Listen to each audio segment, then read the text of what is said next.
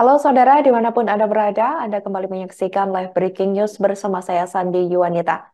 Perdana Menteri Israel Benjamin Netanyahu mengatakan ia bermaksud agar tentara Israel atau IDF tetap melaksanakan penyerbuan ke kota Rafah di perbatasan selatan jalur Gaza. Pihaknya juga memperkirakan pertempuran akan berakhir dalam waktu 1 bulan. Tindakan ini akan melanggar apa yang telah disebutkan Presiden Amerika Serikat yakni Joe Biden sebagai garis merah. Sebelumnya diketahui saudara, Biden memperingatkan bahwa invasi dan serangan tentara Israel ke Rafah akan menjadi semacam red line atau garis merah. Di tengah tanda-tanda frustasi yang semakin meningkat terhadap Netanyahu, Presiden Amerika Serikat mengatakan kepada sebuah media asing pada Sabtu 9 Maret 2024 bahwa dia menentang eskalasi konflik ke Rafah. Dia juga mengaku tidak dapat menerima fakta 30.000 lebih warga Palestina sudah tewas dalam sekitar 5 bulan agresi militer Israel di jalur Gaza.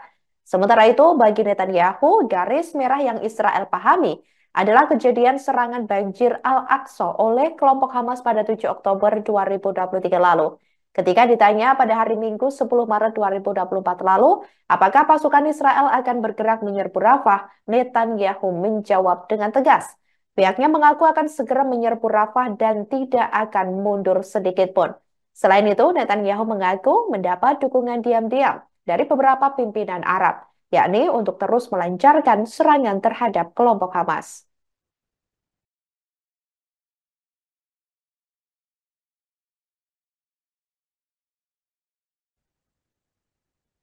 Menteri Luar Negeri Israel yakni Yisrael Katz pada Minggu 10 Maret 2024 lalu mengumumkan bahwa negara pendudukan tersebut berencana merelokasi para pengungsi Palestina di Rafah ke arah barat jalur Gaza sebelum memulai operasi penyerbuan di Rafah.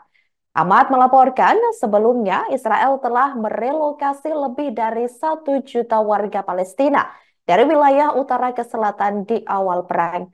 Artinya, saudara, jutaan pengungsi Palestina itu akan dikirim kembali ke lokasi lainnya lagi dengan risiko bombardemen saat pengungsian terjadi. Penyertaan Katz ini muncul Maksud kami, pernyataan Katz ini muncul sebagai tanggapan atas pernyataan Presiden Amerika Serikat Joe Biden pada Sabtu, waktu setempat di mana Biden menyatakan keprihatinan mendalam mengenai korban sipil di Gaza.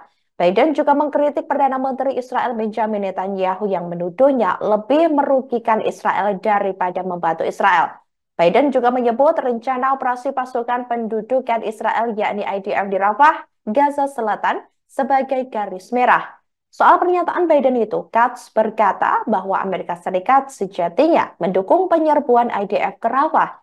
Hanya saja dikatakan olehnya, Amerika Serikat menekankan bahwa rencana invasi IDF ke Rafah mesti memiliki perencanaan untuk meminimalisir jumlah korban warga sipil. Sementara itu, Saudara Menteri Luar Negeri Amerika Serikat yakni Antony Blinken juga meminta Israel menyiapkan rencana evakuasi warga sipil dari kota Rafah di Gaza sebelum operasi militer dilakukan di sana.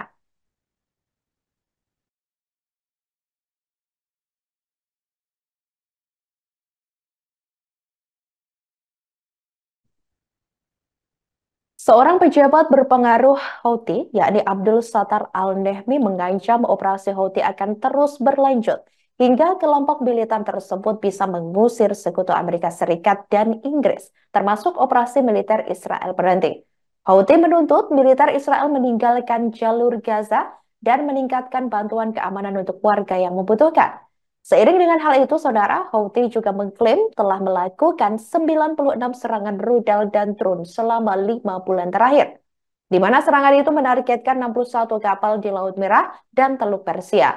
Houthi juga menegaskan telah memperkenalkan peperangan kapal selam ke dalam operasi mereka, yakni yang mencerminkan perkembangan kemampuan militer membuat dunia internasional juga khawatir.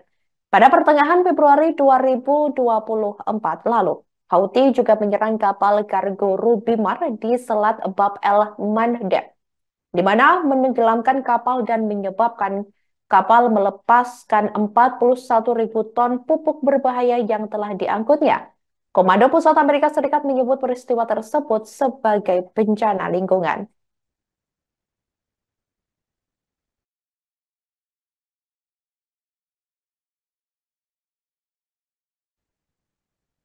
Demikian live breaking news kali ini saudara. Jangan lupa download aplikasi Tribun X untuk informasi lebih lengkap di www.tribunx.com. Tetap bersama kami dan selamat menyaksikan program selanjutnya. Terima kasih dan sampai jumpa. Download Tribun X sekarang. Menghadirkan lokal menjadi Indonesia.